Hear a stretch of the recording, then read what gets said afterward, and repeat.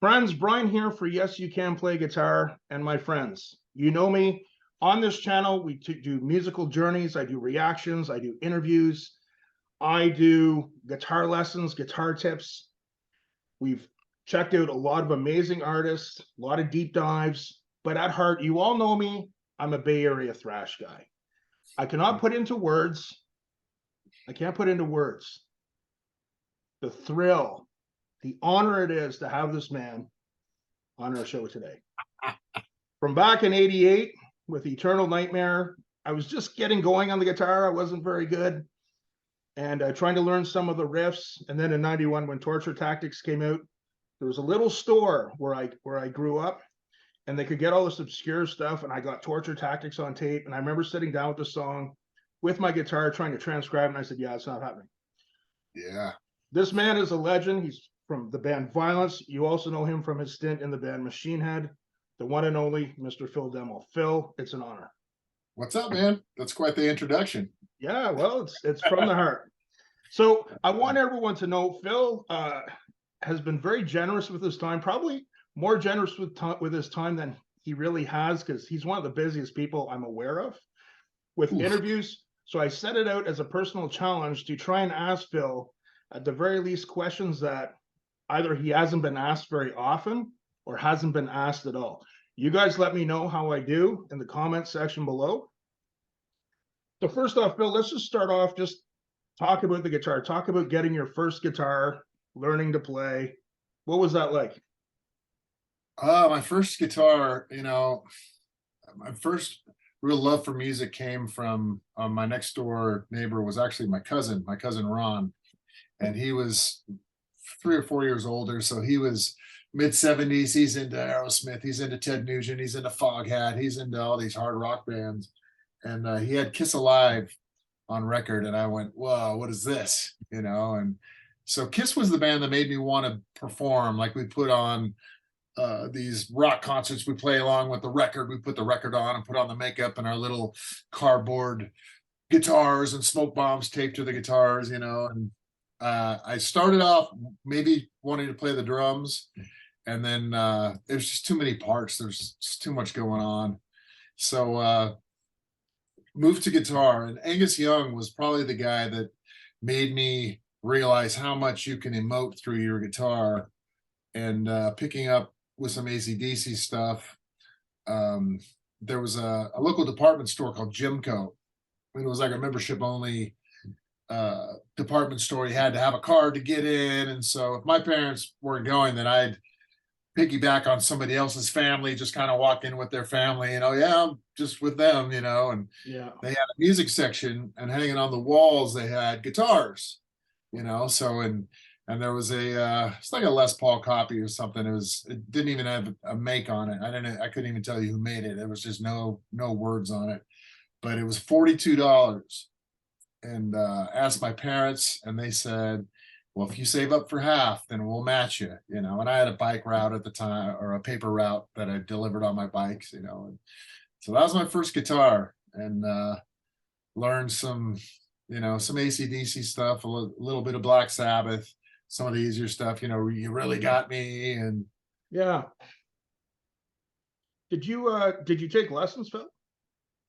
I ended up taking some lessons for a bit.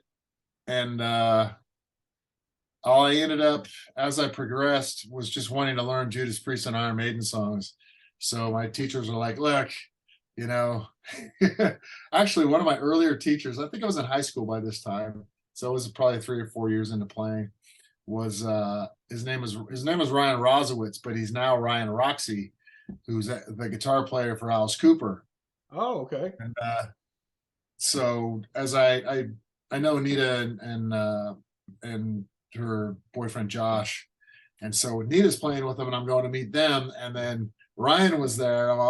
holy crap, you're my guitar teacher from back in high school. So Yeah. it was pretty cool. Did you have to do like the Mel Bay, Hal Leonard, like reading notation stuff in those old books? No, not really. I mean, there was some sort of some tablature that Ryan taught me how to kind of read. And there was a local guy, Steve McKnight, who actually, if you're old, you are old. So you might remember the band. You might remember the band Cry Wolf back in the day, kind of a hair I metal. remember the name, yes. So Steve McKnight played in let me turn my mail off here. Played in a band called Cry Wolf. And so he's the local just ridiculous shredder guy too. I still see him around. And sorry, quitting my mail here. Yeah, no problem. And so I two really good teachers, but that's as I'm getting into we were playing covers. Me and my buddies had a band called On Parole. And we would play Maiden, Priest, and Def Leppard, and those types of bands. And I was writing music and writing lyrics, writing songs when I was 15 years old. So, and they're stupid lyrics, and everything seemed to be about kind of like hallowed be thy name. Everything was about going to the gallows pole, or somebody about to get hanged. But these guys actually are in my cover band right now called the Merkins. So we just play twice a year, and it's just all silly covers, Bon Jovi, same old stuff we were playing back in the day. Okay. But all my high school buddies here from Dublin High, we all still get together. It's a big community thing and play at our bar down in. So it's those are my humble beginnings. So when you were in your formative years, sometimes we have times on the guitar where we progress more than others, but when you were really making progress, you're sitting down at night, what would a typical practice session for you have looked like back then? I mean, I was more into learning songs early. It was, I learned that first pentatonic box, and that was kind of what I stuck with and learned. Learned some Randy licks here and there, but it was more Angus and more the the Kill 'Em All came out, so we're learning Kirk's or Dave Mustaine's leads, and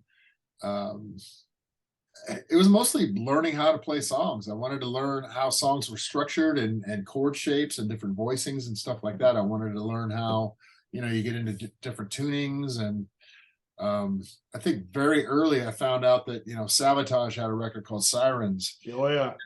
And they were, I'm all, this sounds low, so I learned about drop tuning and down tuning. And I had a Floyd Rose on one of my earlier guitars. And so it's like, you find out about you just can't tune it down. You have to adjust everything. And so, bands like, Kiss were half step down. So you're learning songs and you're learning about all these different tunings and stuff. So I think I was more interested in not really shredding, but into songs and, different chord changes. Maiden was a big band that used a lot of the fifth harmony, so I learned and so after that, everything that I was writing, I was writing, using the fifth harmonies on everything too. Yeah. Oh yeah, no, absolutely. So at that time, I know you're in Death Penalty and around the violence, when violence started. What was it like trying to get the crunch back in 84, 85? That's a discussion I had with Rick Hunold. How did you go about that? Like, what was the way to go to get that crunch back then?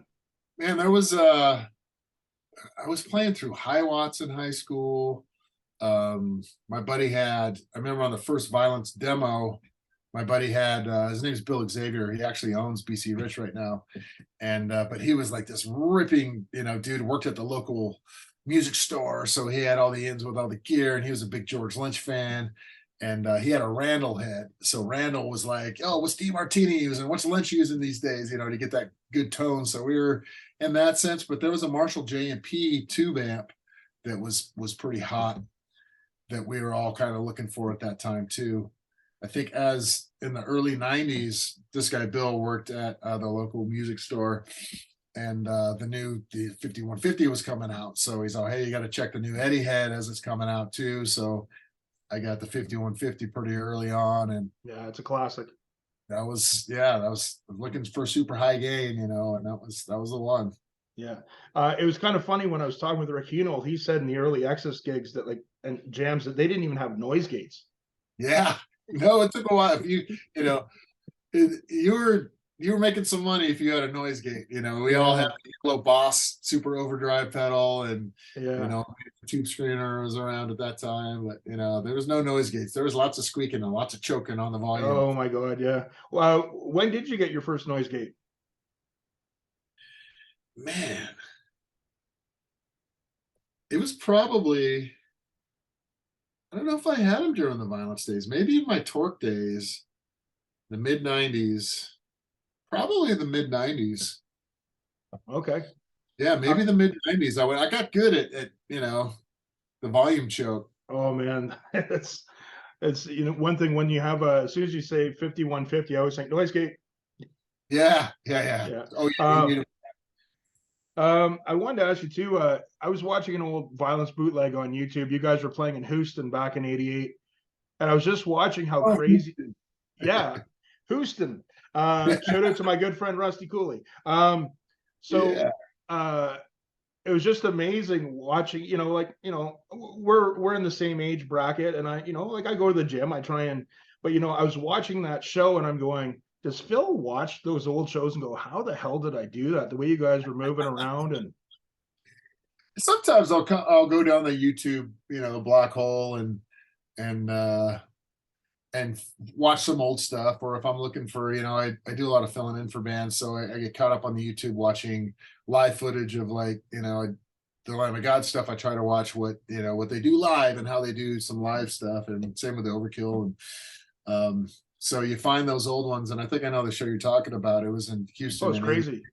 with we were on tour Testament at the time on the New Order tour in '88, and then Overkill was on tour Nuclear Assault, and we came together in Texas, and we kind of mixed up and did this big, joined the tours together and did 3 shows, which was really cool. That Houston show was really fucking good. Yeah. And yeah, we were going nuts on stage, man. We had a lot to prove. We were on our first tour. Oh, it's crazy. We're playing with Nuclear Assault and Overkill, and trying to show these guys that with the half stacks and no room on stage, that we could Oh man. still bring it. So When you guys were on tour with Testament, did you learn anything from the band, or did Alex and Eric show you guys anything? I don't really know if they showed us anything. I mean, Alex was always open to showing things when asked, but there were a lot of egos back in the day, so there was a lot of, we did learn a lot from them on that tour on how to tour. It was their first tour.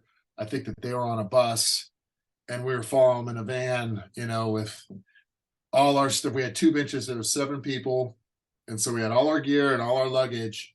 The drums were on the roof, Yeah. and we're Oh following man. them around the country, and we, we aspired to be what they were. So they were kind of we saw them as a reachable goal, as like, hey, they're doing it. This is what they were kind of setting the bar for, Yeah. as a realistic goal for us. So your best memories of touring with them? With Testament, Yeah. that tour was amazing, man. The new Order had just come out. They were blowing up. They were really worried about headlining. Voivod was supposed to be on the tour, and they canceled because Piggy was sick. Yeah. And so we supported a lot of it. Then they brought Sanctuary in to be the support. And man, every show was just great. It was awesome to watch them blow up, and for us to have an opportunity to be, a part of that. We were following the Aerosmith and Skid Row tour. No, wait, it was Aerosmith and Guns N' Roses. Oh wow. Because this was Appetite, so Yeah. we're following Aerosmith with Guns N' Roses on Appetite, following that tour within days. Sometimes we're playing the same city. And so it was just a crazy time, and Wow. we're really fortunate to be a part of that.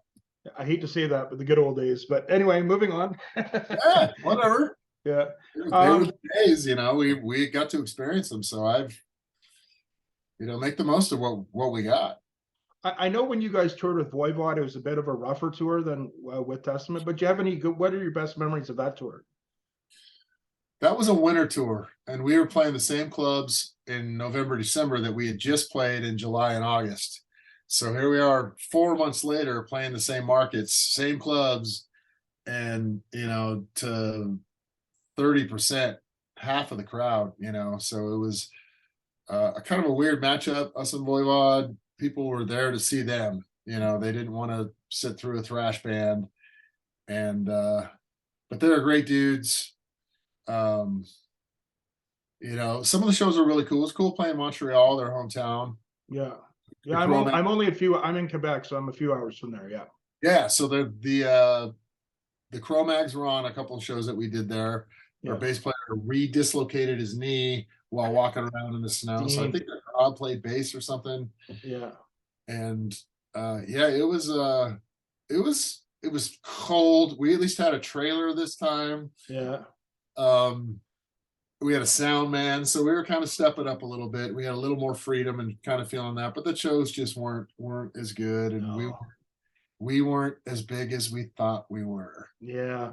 Well, if I could show you outside, it's a nice snowy day and cold up here, Phil. I got the humidifier cranking to have moisture. Welcome to Canada, man. Oh man, for the guitars. Yeah. Oh yeah. It's pretty All cold right. here today. So when you play in a two, you know, I try and explain this to students and musicians. When you play in a heavy band where you're both using a lot of gain, and there's two guitars, you know, I remember one time I was jamming with a band many years ago, and the other guitar player had his mids cranked. I went over and said, "Dude, no." And we had to kind of work to shape our EQ. You and Rob had to go through that process to get the best combination of EQing for your rhythm tones on stage. For Vio-lence? Yeah. Yeah. We had we got a little bit of money, so we were able to go out and buy. Rob had the white Marshall, I think it was the 25th anniversary head. I had the silver Jubilee head. And so we, you know, I was messing around with a Furman EQ for a minute, and yeah, we were, you know, we were always kind of messing with tone. He was more nerdy about it than I was. Yeah. And he always looking for tone, you know, still is. The guy's a real gearhead and really has an ear for tone in that sense. And so yeah, I mean, we wanted to have a sound, but we wanted to sound good. Yeah. You know, we wanted the gain, but we wanted the crunch. Everybody wanted to kill them all at that point, or ride the lightning. And Yeah. you know, it was after that Metallica, an Exodus on Bonded had great tone, you know. No, absolutely. How do you think you grew as a guitar player during that time? You know, getting Rob in the band really pushed me as a player. He did a solo like his first show, so he's, you know, phenomenal player, man. He's great guitar player, awesome phrasing, and you know, it's so he pushed me a lot as a player and as a writer, because he came in the band and he brought a song. He brought in Torture Tactics, what would be Torture Tactics. He actually wrote that song for Forbidden, and it was called Court Jester, I think. And they actually were joking like, "Hey, that sounds." This is before he quit. You know, they were joking like, "Hey, that sounds like a Vio-lence tune," you know. So he brought the beginning part of it over, and then I wrote a bunch of the middle sections and some of the end. So it's our first collaboration, and so that was really cool in that sense that we, you know, we hit it off that way. And yeah, as we grew, you know, he's a guitar head, always playing guitar, always looking for new things, playing wise. I remember when we heard the Alice in Chains record we were on a tour with Defiance as our first bus tour. And then we found out that they down tuned, you know, they drop tuned. So learning that drop tuning was a new thing that, you know, we actually recorded two songs on the third Vio-lence record. Yeah. It drop tuning, Killing My Words. Da, da, da, da, da, da, da. Yeah. So there's so much riffing going on, a lot of it, but these were kind of slower down. And this song that didn't make it on the record, called All Good Dies, we're drop tuned. And so that was kind of an eye opener. But I remember us hearing, you know, you know, going, "Oh, that's how they do that, the drop tuning." Yeah. And just as a passing note about Machine Head, like, because one thing about Machine Head, the tuning was very different, like, you know, up 40 cents and with the drop tunings and everything. So do you think that was probably a precursor to that, maybe for Rob? Yeah, maybe. Like I said, he's always looking for nerding out on different things and how does this, and I think the 40 cents thing came about because maybe the bass, because of Adam, because the bass, he wanted the strings a little bit tighter, or it's just kind of a happy accident thing, or just something that just stuck. I think that Rob likes having things, being, this is my trip, and this is what this is, so having his own signature thing, and I think that's one of them. I mean, lots of bands do it. I mean, Van Halen, I think Eddie just tuned his guitar by just taking a chord and whatever, this is where I'm at. Pantera and, some other bands have done a weird quarter tuning, but. My first memory of drop tuning is the thing that should not be for Master of Puppets back in Yeah. '85. I remember all my friends were listening to it going, what? That seemed like the heaviest thing. So good, right? Yeah, no, absolutely. So the drop tuning thing, it's funny that, a lot of people claim to have invented the drop tuning, and that looking at it, I golf with Buzz from the Melvins. Okay, yeah. And I'm all, dude, where did you, he's all, well, yeah, I learned that from some blues guy. Then I showed it to like Chris Cornell or to Kim or somebody like that. And then that's how I got to Alice in Chains back in the late, in the late 80s. And so he's been drop tuning forever. And then I talked to Bobby Gustafson, who was in Vio-lence. And he's, oh yeah, the what is the song on Years of Decay? The fucking Skull Crushers, fucking, that's drop tune, that's like drop A or something ridiculous. So I mean, Bobby Gustafson was drop tuning back in '89. An overkill, yeah. Yeah, so people have been drop tuning for a long time. So do you remember when grunge came in? Like when you were in Vio-lence and grunge came in? Do you remember like first time you heard Nirvana? Or what was your initial reaction to that? I'll be honest, I hated it. I think that we were at a Foundations Forum, which is this convention in LA for like rock and metal, that we're hearing all about Pearl Jam and how they're the new thing, and I remember hearing Even Flow, which I liked, and I still like. That's one of my, but a lot of it,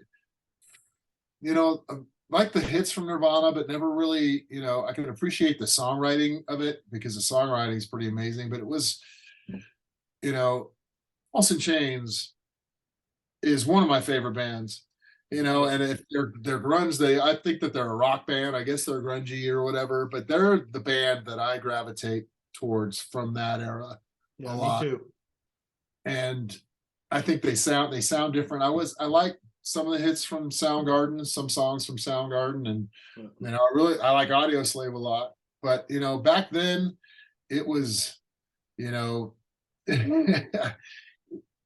would have known that it was going to just knock the metal world on its ear and just kind of take over. So I mean, I embraced it as music. I don't really get into the subgenres and this and that and this and that. As music, there was songs that I liked about it, just like there was metal songs that I liked and didn't like too. For me, I could see a warning sign with that, because every month, so early '90s, I'd religiously get Guitar World, Guitar for the Practicing Musician, Guitar School, Guitar Player, and I went from reading about Metallica, Megadeth, a few articles on Testament, Yngwie Malmsteen, all that stuff, Steve Vai. Then all of a sudden, like it just became all grunge. I'm like, what's going on here? So my next question for you, it's kind of a weird one. Just bear with me for it. It's kind of two-pronged, but when you remember the last days of the first era of Vio-lence, like you started having some members quitting. Do you remember what it felt like? I know in the Blood and Dirt documentary, you said like the venues were less and less people. Was there that weird energy going on? Like when were you kind of going, you know what? I think I got to think about winding it down here. Do you remember when that moment was? Yeah, I think that we were headlining at the Stone, a place that we always sell out. And there was a band called Mountain Pig opening for us. And I remember their band sitting in the front row as we're sound checking. And I caught one of them like going to his buddy, just going, oh, geez. Like, just like, I'm all, wow, we're just like, is that what we are now? We're just like the sat just a satire of what used to be, and we're still bringing it out, you know. So it's, we used to be the cool thing, and that was a really defining moment with me. And you know, I regret dragging out violence as long as we did in the early '90s. You know, it took Sean quitting to, Yeah. fuck, we can't do this anymore. But Did you have a period where you felt you were just doing it out of obligation or going through the motions before he quit, or? I think it worked. Like we were we talk about drop tuning, you know, Rob was doing Machine Head at that time and they drop tune, and I was like, fuck, you know, that sounds awesome. And we had done it on a couple violence records, but it's like, you know, the three last songs we wrote with Sean and the band were drop tuned and more groovy. And I don't know if you've heard them. Anyways, they're on YouTube. You can get them, but they were on the Torque record because Sean just quit, so I just re-recorded the vocals on that. Yep. So yeah, so I mean, we were trying to change with the times, and it was, you know, it looking back, I guess it was holding on to, like, you still have that glory and you're still somebody type deal. And Yeah. then yeah, then you're just not. And it was okay. You know, I had just gotten married, I was snowboarding, I was playing golf, I was playing, you know, basketball 3 times a week, and I had things to keep me busy. I just joined the carpenters union, you know, so I was making good money, and you know, I had all bought a house, and you know, had all these crazy cool things happening. So I was able to let it go. Yeah. So, but keeping that thought and that feeling when things were kind of at the end, thinking of that, but now looking at how loved violence is, like the how much does it ever shock you if you think back to then, you look now about how many people in the world love the band? Yeah, it's pretty awesome. You know, I did the tour with them overseas in Europe, and going through all those European countries and seeing, you know, the love that the band has over there. And they're in Australia, I think, right now. And they just went through Vietnam and Bangkok and stuff. So it's really cool to see the love for the band. I think that, you know, maybe like any band, but I think a band like Violence especially would have benefited from the luxury of the internet back in the day. You know, Yeah. so you're Yeah. It's not really almost relying overwhelming on, now, like how many people like love the band, you know? yeah. Uh, um, I always thought I wanted to talk about Jackson guitars for a few minutes because from my any picture, video, anything I've ever seen you in, you're always holding a Jackson guitar. And We were as soon as we picked up. you know, if someday you kind of I don't want to use the word retire, but from music, if you ever slow it down, Yeah. I always had a great business idea for you. You could have like a Jackson V museum. What's your idea? The idea would be if you had like a Jackson V museum. How many Okay. Jackson V's do you have? Jackson V's? I don't know. I know that the count, my guitar count is about, I think it's resting just under 100 right now. So I've got a storage unit with some. I don't, because I rotate. I donate guitars. I give guitars to buddies. So the number I'm not too sure of. And I've got guitars around the world, kind of. Man, I don't know. V's. I got a lot of V's. Yeah. Probably 50. Just think about that. A Jackson V museum. Yeah, right. Charge admission, and people come in, they look at it, little write up with you a picture of you playing this guitar at such and such a gig. I always thought, man, I got to tell him someday that'd be a great business for him. I don't think anybody really cares, man. I do. Right, I'll just send you pictures. Okay, that's a good compromise there. But tell me about your relationship with Jackson when it started, because I remember in the late '80s in Guitar Magazine seeing your name in some of the Jackson ads. Yep. Yeah, I got my first in the mid '80s. Our first guitar player, Troy Fua, had he had one that he acquired by probably a pot deal gone wrong or something like that. Somebody owed him for a dime bag, and he's, I got your guitar until, and so he knew that I loved Randy, and offered me a trade. He's, this is my guitar now, and so I gave him like $100 and like the Charvel kit guitar I had, Yeah. uh, and so I had that guitar for a while. It's on the back of Eternal Nightmare, or on the sleeve of Eternal Nightmare. I'm playing it. It's a shark fin. Uh, so funny story about that guitar. I don't know if you've heard this before, but we were playing at the Omni. It's a sold out show. Halfway through the set, the monitor guy comes over and gets me. He's like, hey man, I hate to do this to you, but you got to come with me. And so he pulls me over, backstage door opens, and there's cops there. And then the dude whose guitar it is there with his girlfriend and his mom. And he's just going, yep, that's my guitar, So I said, oh fuck, and I knew it was his, and so he just wanted his guitar back, but they had me cuffed in the back of a car. Yeah. And Vio-lence is back to playing. They're like, oh, Sean Yeah. said something like, I hope Phil don't get butt fucked in jail or something like that. Oh, but we're geez. playing anyways. My dad's an ex-cop, so he comes out waving his badge, and what's going on here? And Yeah. they said, well, we're not going to charge them, so they let me go. I ran back in the club, stage dived, borrowed a guitar from the support act, and finished the show. Wow, that's a hilarious story. So your actual business relationship with Jackson, when did that start? That started before the second record, so probably about 89. I think James Penamaker was the guy's name who was at Jackson. And he sent me a couple guitars, a couple soloists. I gave one to Rob.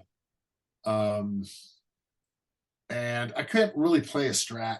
It's just, I can't play a Strat body. It just sat on me weird. I don't even know what I did with that guitar. Fuck, what happened to that guitar? It's not like I get rid of, I don't know. Maybe it's in the museum. Yeah, maybe. Yeah, right. So that's when it started. I think that once the band kind of broke up, I just didn't pursue any ties with them, and then joined Machine Head and reached back out. And Brian McDonald, who was there, was a big Vio-lence fan, and I don't think that he was really interested too much in the MH tie as much as he was with the Vio-lence ties. So, Yeah. guitar behind you. He's a big Philadelphia Phillies fan too. And so we had that affinity together. We loved the team back in the 70s. We still talk about it, but the official color of the guitar behind you is Philly red. Mm. So yeah, beginning of 2000, and we got to talking about, he's trying to get me a signature, and nobody there really knew who I was, but he went to bat, and we came up, I came up with the design. Yeah. We'll talk more about that. Phil, I got to ask you a question before I forget. It's very important. Was opening for Alien Sex Fiend the worst gig you've ever done in your life? No, it wasn't. It was actually not a horrible gig for us. It was a weird show, but I mean, there was people there that liked us. I've done a bunch of shows where there was nobody really there, or nobody really felt what we were doing. So I mean, it was definitely one of the weirdest things that we had done. Yeah, I remember you were talking about that in the documentary, and I was like going, yeah. Dumb manager, man. Just a fucking idiot manager. Yeah. But back to guitars. Have you ever used a tone knob in your life? There was probably some recording that when I was messing with some cleans or something a while ago, to where if we try putting the toggle in the middle position, using the middle position, and then rolling the tone off of something, came up with trying to find the best tone in that sense. But yeah, no, man, I don't. No, none of my guitars have tone knobs on them. No, yeah, no, exactly. I hate them, and I hate middle pickups too. Bridge and neck, man. That's like. I wanted to ask you too. Do you do your own setups on your Floyds and everything? I'll change my strings every once in a while, but I've got a local guy here who's real. I mean, he lives less than about a mile away from my house, so he's like on the way to the kid's school. So hey, drop C, or you know, E flat standard or whatever. Up 40 cents. Yeah, no, not anymore. I learned how from a luthier how to do like setups on fixed bridges, but most of my guitars have Floyds on them, and I just don't want to go there. I don't Yeah, trust myself. it's a lot, man. No, I Um, know. so with the Demolition, again, I love my guitar. I wanted to tell you too, I've always been a bolt-on neck guy. I Okay, that so I like the lower end model. I love everything about it. I'm sure. going to be posting a review on it very soon. Well, tell Uh, me why. Why? What is it about the bolt on? I don't, I don't know. I don't know a lot about guitars, so. most of my guitars from before, the guitars I learned on the old like Ibanez models and everything, they all had bolt-on necks. The neck through body guitars, I don't know what it is. Now, to be honest, it is on my agenda to get the higher end Demolition guitar Right. to have one and to try it. And of course, like with the awesome pickups in and everything. But Huh? I got to tell you, man, I love that guitar. I Right on. absolutely love that guitar. So I definitely am going to get to a review this week for sure. But sometimes I'll try and I remember kind of getting into an argument on Marketplace on Facebook with a guy in Montreal. He was selling his, and then when I was going through Montreal, he at the last minute he said, "No, no." I was just like, I was almost showed up at his house. I'm like, dude. Oh, damn So it. yeah, so no, they're awesome guitars. And another thing I like too about the shape, I did have a shark fin Jackson many years ago. Mhm. Um, but to play, I find the Demolition it's more balanced, especially Yeah, when you sit with it. The for shark fin sure. is always a little bit of an adjustment to it too, but it's a great guitar. It's got attitude. I um I don't like guitars that look like they're a tree Yeah, or a piece of wood. I like, and again, there's a few brands I like, but Jackson, they really make awesome guitars. So, yeah, I agree. I agree. but I definitely want to get my hands on the higher end model as well. Just, I'm sure I could probably adjust to the neck through body with just sitting down with it for an hour or two. But I don't know, it's just always kind of a little weird for me with those, but I'm sure I can get the hang of it. You'll be fine. Yeah. I'm going to name a band. Just give me your quick thoughts on them, okay? Okay. Exodus. Huh. You know, they're the reason why we're all here. You know, phenomenal guitar playing, phenomenal musicianship. The Bay Area heroes. Gary's the godfather for all us guitar players, and Zet was in me and Zet's brother. He played in our band when I was in high school. I was in 15. He was in On Parole. Yeah. Me and his brother got him to sing for us. So I've known Zet for the longest time, and it's great to see him still crushing it. Yeah. I love Zet's show on YouTube. I think Yeah, it's awesome. fucking great. I reached out to Zet and asked him to come on, and he said no, but he was gracious. He sent me a really nice email back and said, I've done a lot of interviews, and he's like, I don't think I could be asked something that I haven't been asked 100 times. And I'm like, I don't know, man. I don't mind digging and doing some work. But Right on. he was super nice, super gracious, and you never know down the road as well. But Yeah, for sure. yeah, He's awesome. He's awesome with fans and awesome with press and super cordial and cares about all of that. oh, absolutely. And he likes the Calgary Flames, which I find Yeah. slightly interesting, being a Canadian guy. But so we'll get to the hockey in a minute. All But right. Testament. Testament. Fuck, man. Same. Amazing musicianship.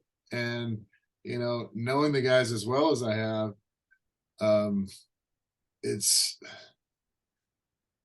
is there a bad Testament record? Is there a record where you just, have they put out a bad record? It's, I love Eric's riffs. I love, he's hell of a lead player too. Yeah.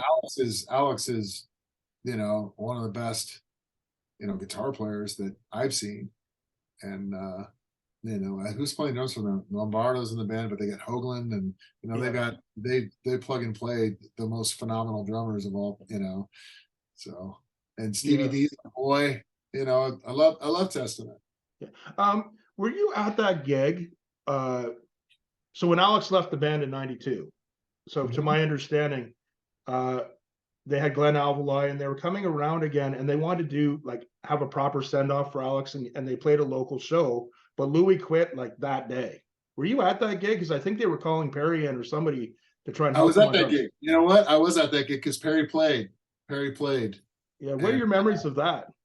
I remember sitting in the bar at the bar watching, and I think it was one of Glenn's first shows. It might have been his first show at the Warfield. And here's to show you what our relationship was back then. Me and Dean were counting how many times he fucked up in the back. That's one. No. Yeah. That's two. We were happy for him. Perry filled in for Exodus, and to hear Perry talk about it, he's like, fuck, he just said yes. He didn't know any of that shit. He's just like, he just said yes to do it and I'll figure it out type deals. So, well, a lot of people, I don't think a lot of people realize that. I think Glenn was playing, but Alex was playing too. They wanted to do a send off for him. I don't remember that. Yeah. So I got it from his book, but anyway, Okay. Death Angel. Death Angel. Oh, they've been around since the beginning of my beginnings of going to the East Bay shows and watching Andy when he was 15 years old playing. And remember when Mark first started singing for him, they were always like our competition. And we had beef with them back in the day. And I always respected their musicianship as well, And I think Rob's a phenomenal guitar player. And, oh yeah. And but there was, 89 was the height of, we're coming into our second, Oppressing's coming out, they're doing Act 3, and Twisted Into Form's coming out. There was a big, I guess we were the third wave, maybe not really the second wave or whatever we were, but that bunch of bands were really, cocky as fuck. And, Death Angel, I always admire the musicianship. Songwriting was fucking great, but they were in the way, Yeah. What was I feel totally different now, as we've gone through the 90s and as, we've grown to be adults, totally feel different now. And what's really interesting is you and Rob are both Jackson guys. I've never seen him without that Warrior guitar. Yeah, he's been playing just as long as I have. Yeah, no, for sure. Longer, maybe about the same. Okay. Forbidden. Here we go.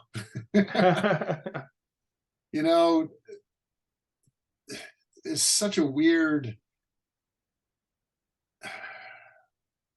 relationship with that band. We would practice in Fremont at Perry knew the guys from Annihilation who had this guy Pat he had their jam spot, and it was awesome, man. It was the party joint, Forbidden practice in a storage place around the corner. We'd set up in front of Annihilation and play. It was a party every weekend. And so we were peers in the beginning.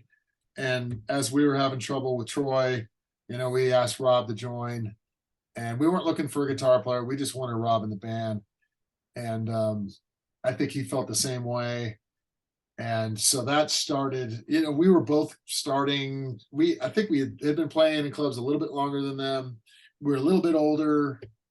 But that started, this big competition. They got Debbie Abono to start managing them. Yeah. And then we got Debbie to manage us. And it was like, who's getting the record deal? Who's getting the cover? Who's getting who's getting this? So it was plus with the personalities, we were super cocky and talk shit, and Craig was super mouthy, and so it was a big thing that it carried on for a long time. I did this Bay Area Thrational show and Craig invited me to be part of it when I was over there with Lamb of God, and I had to pull him aside before we went on stage and really, let a lot of shit go that I'd still kind of carrying, maybe, not so much from back then, but just personal shit. And I needed to make a point with him to go, look, I gotta, whether you're not, and he's like, I don't have anything, and just but I had to just let them know that, hey, I'm carrying this and I'm letting it go now. I need to let this go. It's fucking dumb, but before I go on stage with you and throw down, I need to really do it. I need to, we need to be bros if we're gonna, I can't go up there and fake it. So Yeah. that was a really cool moment, and I think that maybe it turned a light on with him, like maybe what was going on with me. Yeah. But ever since then, it's been like a different dynamic to, I've had him come jam with the cover band, and, our relationship has really changed since that. So I'm Well, that's really good though. we've done that. Yeah. It felt, feels good. A little lighter on the shoulders. Yeah, for sure. Another Bay Area band I'm going to ask about is Vicious Rumors. I don't really have a lot of, I've known the guys, known Jeff for a long time. They were more, I don't know, they were like a power metal band. They were true metal. All the subgenres I get. They weren't really, they were kind of a tweener band. They were older. They'd been around for a long time. So they had been through all the stages of the Bay Area metal scene, and veterans of that. Great players. Jeff was awesome. Mark McGee was fucking killer. Oh, yeah. I love the lineup when they had Carl Albert singing for them. And so it's, talented band. I'm just not really familiar. I think Ira played with them too. Ira Black was in Violence. So, not a lot of known information there with me. So where I grew up in Ottawa. It's the capital city of Canada, home of the Ottawa Senators. Snyder. I know John Ricci quite well. I love John Ricci. I don't know, I just love that lineup. I'll say hi to him for you. I talk to him every other week. Sometimes I'll pop into his work. I've got his, we text and email and stuff, and I've known him for years. He was just tell him I'm a huge fan, man. I will definitely do that. But to us, meaning not John, but to us, the younger crowd that were really into thrash and learning our instruments, like the Bay Area was the center of the universe. It just seemed like a million miles away. So like to us peons, we would look at you guys and we would like try and get every information in the magazines or the metal magazines, or Canada had a metal show on Much Music called the Pepsi Power Hour, and then became the Pepsi. Like the first time World on a World came on, I was just like, I remember running to the VCR to try and tape it so fast, like it was. So I think it might be kind of weird for you guys at times because you grew up in the Bay Area. Everything was, it's just you were there, but to us, it's like, oh my god, like. The Bay Area. And so, I had great parents. I loved my parents. But, I do struggle with the fact that they didn't, live in the Bay Area. We were really fortunate to be able to witness all that happening. And I was maybe a little bit late considering my age and what was happening at the time. I didn't see Exodus until the record release party at the Kabuki in 1985. I didn't see Metallica until, I remember I saw him at the Keystone Berkeley, but it was Kill 'Em All had been out, and they were playing Fight Fire with Fire for the very first time. So a little bit late to seeing some of that. My buddy Dave Colbrowse he was into Exodus and he had the demos, and but there was this band called Lost Rocket. Oh yeah, that he turned me on to, and our hometown boy Willie Langenhusen, who's from Dublin, from my hometown, he had joined. And I really loved, before the record came out, before City's Gonna Burn, right around that era was when I loved that Phil Kettner and Aaron Jelm, the guitar players, were just fucking amazing. Oh, yeah. So that was the band that I was more into. And then I got into Exodus, and then I got into, everybody loved Metallica, but Laws was my band. And Laws, they just couldn't seem to connect to make it to that next level, eh? Like, I don't know. They were a tweener. They were a tweener. They weren't really a thrash band, or they weren't really. Yeah. I've heard things from bad album covers to bad management might have been issues. Don't know, wasn't there? Yeah. I don't know. I love them. So I know you've done a couple of projects with Mike Portnoy. So I was just curious as to your take on like progressive metal, progressive stuff. Like what's your take on bands like Dream Theater and Symphony X? You know, I don't listen to them that much. I have an appreciation for it, obviously, but yeah, me and Mike, we do, mostly metal or rock stuff. We did the BPMD record together. We do the Metal Allegiance stuff together.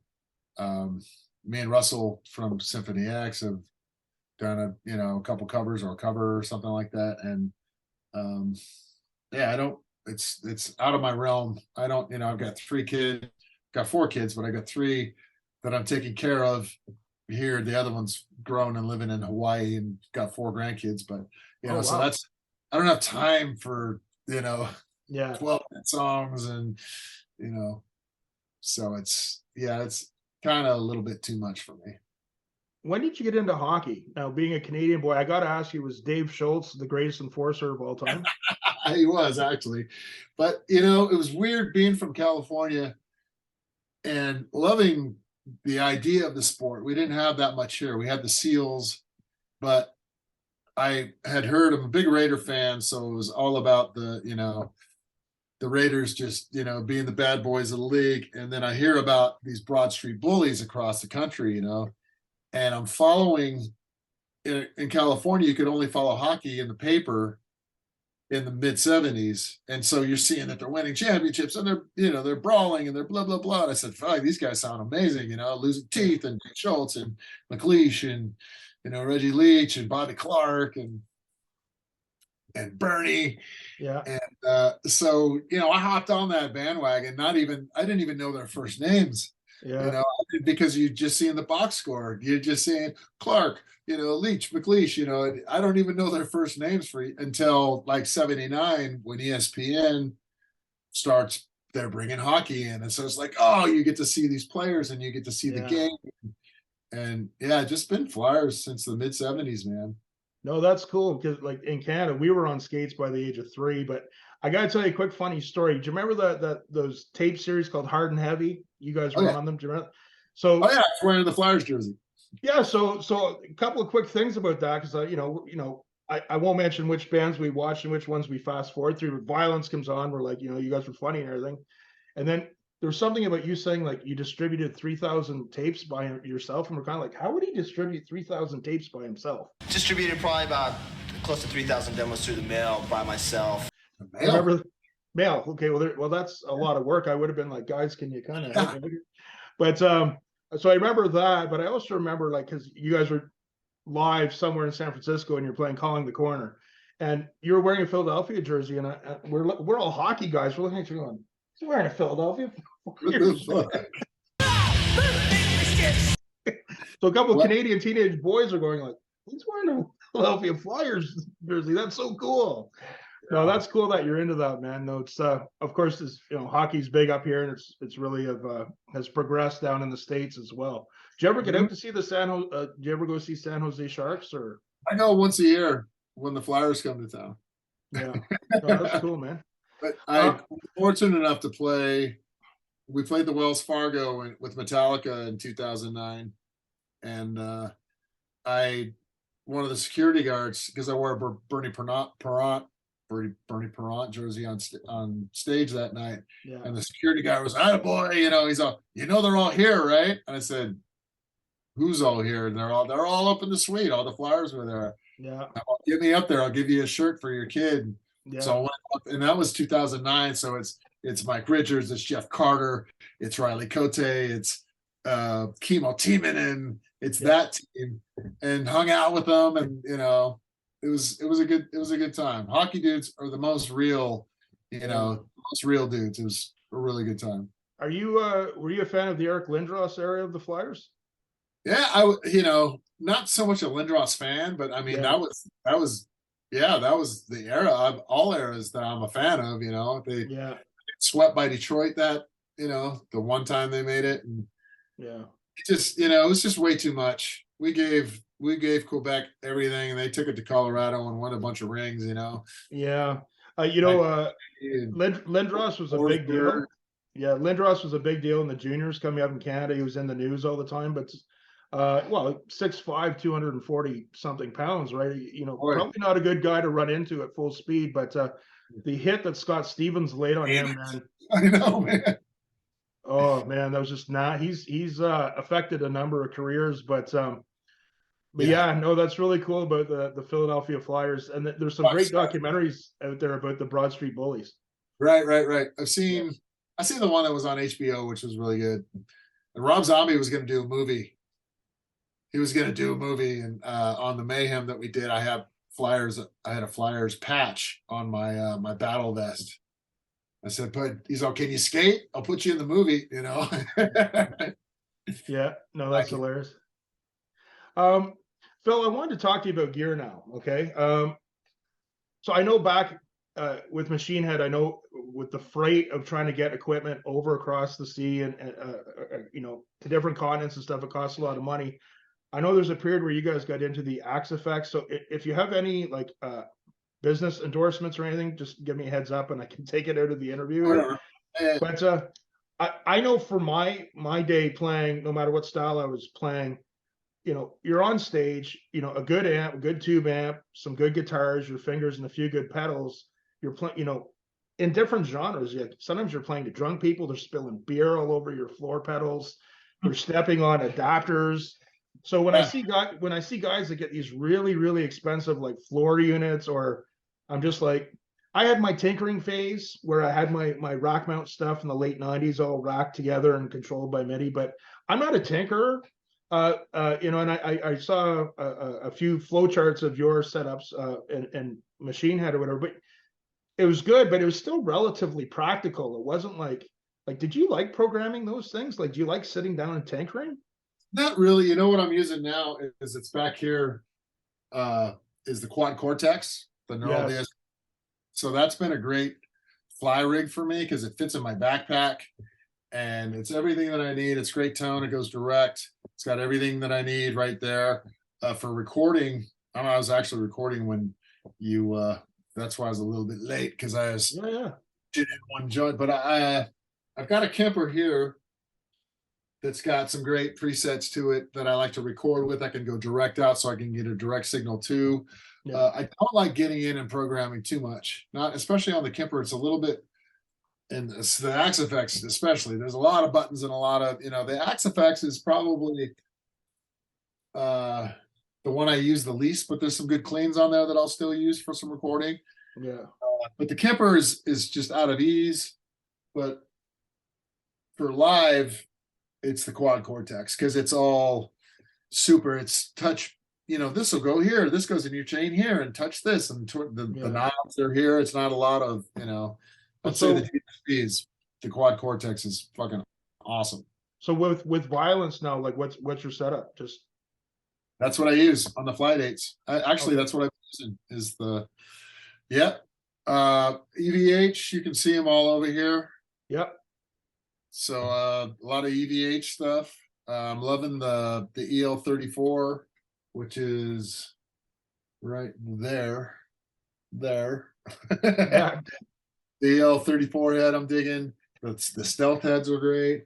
The this 50 water, the cleans on that are so good. I'll use those for like the Merkin shows because they're small.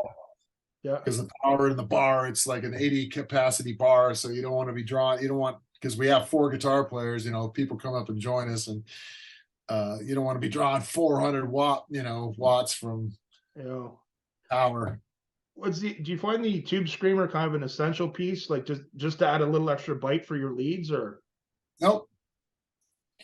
With the for the 5150, the PV 5150, this is my one from back in the Torque days, so this is early 90s here.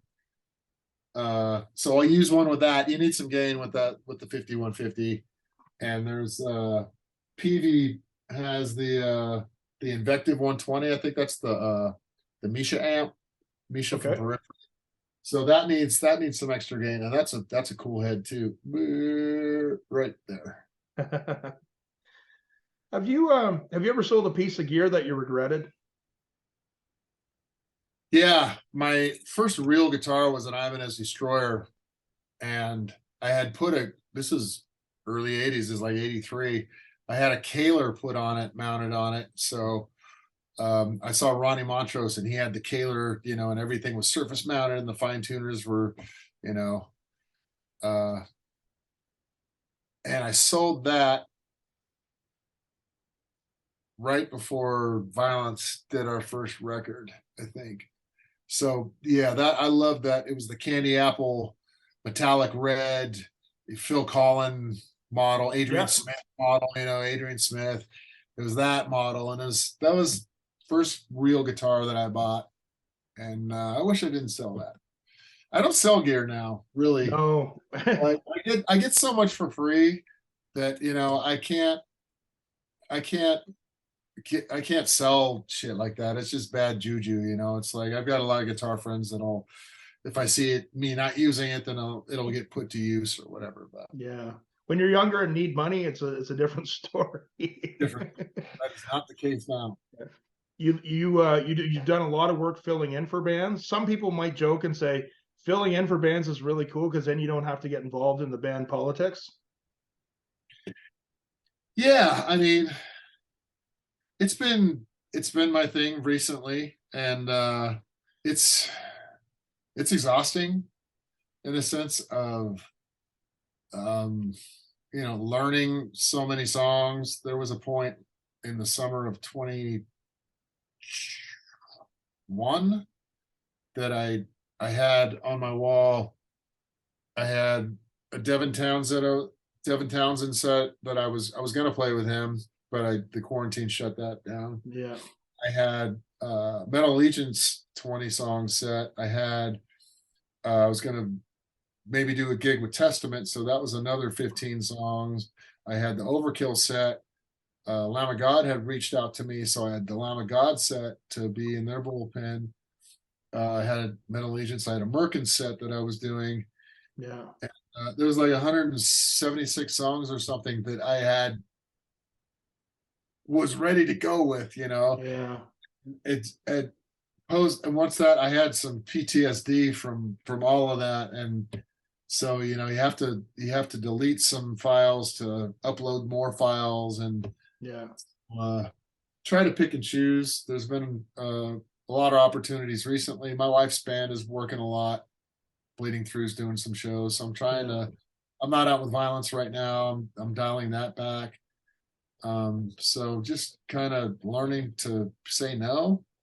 Do you find with age, one of the things I noticed playing guitar, it's a little more work to memorize things. Do you find that? No. So that must be my hockey concussions. I don't know, man. Maybe it's just all the exercise that my brain has been getting on, and learning how to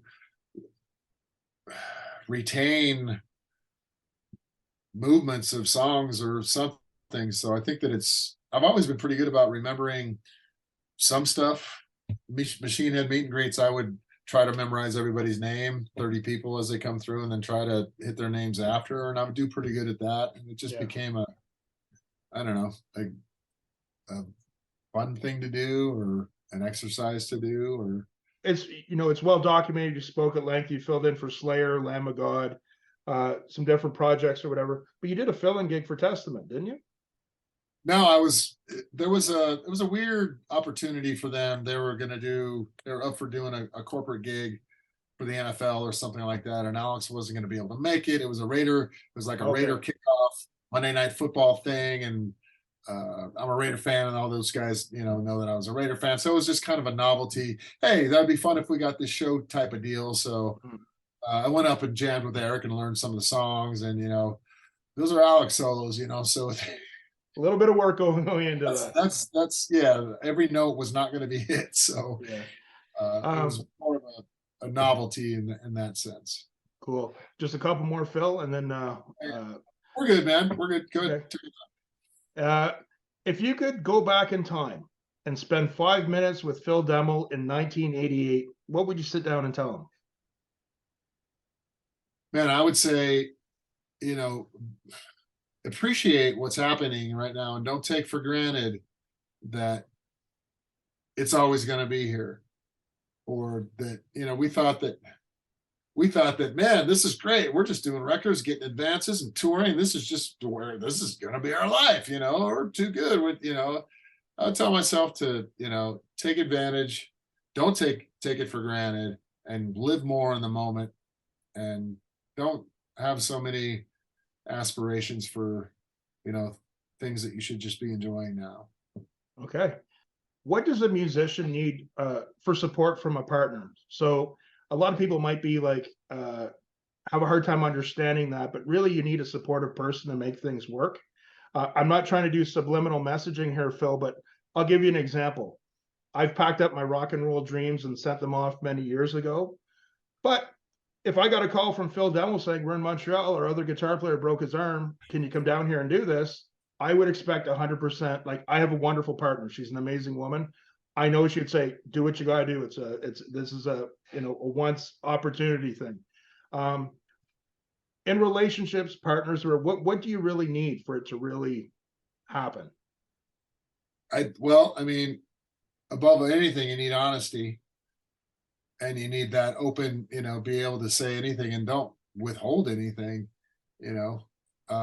But you know, I'm really fortunate in the sense that Marta's been in a touring band for just about as long as I have, and so she gets it. She knows all the feelings about, you know, what it means and what it takes and what it's about. So I don't think there's ever been that sense of, you know, not understanding or the support. She's, you know, you have to have that support and the understanding.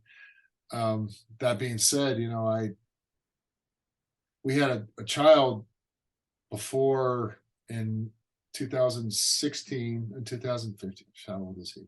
2016, and that's right when the Catharsis tour was turning out. So our son Wolf was born, and for the most of that time I wasn't around. And we had also bought a bar, you know, we bought a business, and so she was spearheading that because she was managing the bar before we took it over. So she's the brains in that, you know.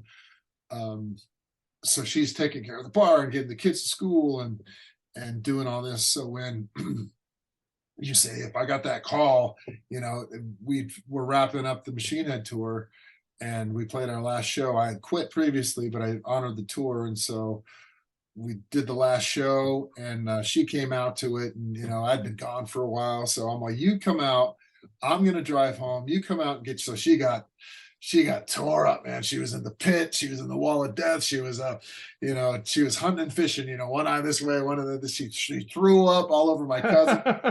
Wheeled her backstage on a road case. I couldn't get her off of the couch after, so I pile her into my truck. I got like a Dexter kill room all set up with towels so she could, you know. And so wake up the next morning, and she's coming to. It's like, all right, babe, I'm home. You know, I don't know what's gonna happen next, but, you know, here I'm here to get shit started and be here. And then I look at my phone, and it's Carrie King, you know, and it's, hey, this is not even 24 hours. You know, I'm not even home 24 hours, and it's like, hey, we have this situation. Can you come out and be in Germany and become? Yeah. Oh yeah. And But that's a once in a lifetime opportunity. Yeah. So I dropped the phone, and she got it. She's all, and I showed it to her. She's like, you got to go. Yeah. Have to go. So okay. No, absolutely. This is the last one, Phil. It is tough, but I think this will be good for musicians, young musicians starting out there, for your wisdom. Can you play in a business band with friends and still remain friends? I know for me in business bands, the dynamic changes from fun bands. I know it's affected some of my friendships with people over the years. Is it possible? Yeah, it's totally possible. I think that, you know, money changes people, you know, and money doesn't change some people. So it's all about who you choose to be in business with, and that has to be a part of who you choose to be in a band with. It can't just be, hey, this guy's an awesome guitar player and we write music together. Those personalities have to be cohesive in all phases of the business, or, you know, it's not going to work. But I think it's possible that it does. I've been in situations where you know, where it has worked, you know, business wise, but there's always those fluid parts that change over time and situations. Oh, the gigs are good, or the gigs are shitty, and the money's good, but it's, you know, it's all that amalgamation of everything coming together and staying together. And Yeah. most important part of any relationship is that communication and that ability to move and be fluid as well, and know what the other person, people, they, them, whatever needs to continue, and for that to work. So Awesome. this is with my wife, and we make music together too. So we, you know, it is possible. We're doing it. So Yeah, I know, that's awesome, man. Phil, it was an absolute pleasure to talk with you. I appreciate your time so much. Maybe we can do this again down the road, but again, thank you so much. you bet. Thanks for having me. Right, guys, remember, practice hard, but practice smart. No excuses. We'll see you soon.